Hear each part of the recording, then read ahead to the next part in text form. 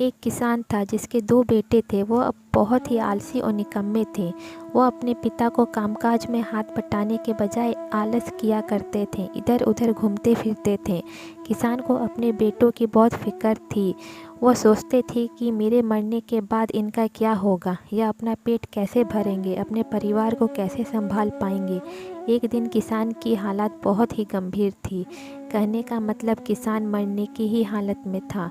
तभी किसान ने अपने दोनों बेटे को बुलाकर उसने कहा कि हमारे खेत में एक खजाना गड़ा हुआ है, लेकिन वह किस जगह है उसकी जानकारी मुझे भी नहीं है, लेकिन खोदने के बाद तुम्हें वह खजाना मिल जाएगा।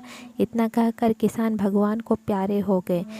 खजाने की खबर सुनकर दोनों बेटे के मन में लालच आ गया और वो दोनों खेत पर चले गए और खेत को खोदने लगे। खजाने के लालच में कुछ ही दिनों में पूरे खेत को खोदने के बाद वह घर जाकर बैठ गए और वह अपने पिता को कोसने लगे। इसी तरह कुछ महीने बीत गए और वर्षा ऋतु का आगमन हुआ। किसान के बेटे के पास पेट भरने के लिए सिर्फ एक ही जरिया था, वो है खेती। तब बाकी किसानों की तरह किसान के बेटे ने खेत में बीज बोने शुरू कर दिए। वर्षा का पानी पाकर वह बीज अंकुरित हुए और देखते ही देखते खेत लहराने लगे। ऐसा लग रहा था कि हवा के झोंके से लहरा रहा था। यह देखकर किसान के बेटे बहुत खुश हो गए।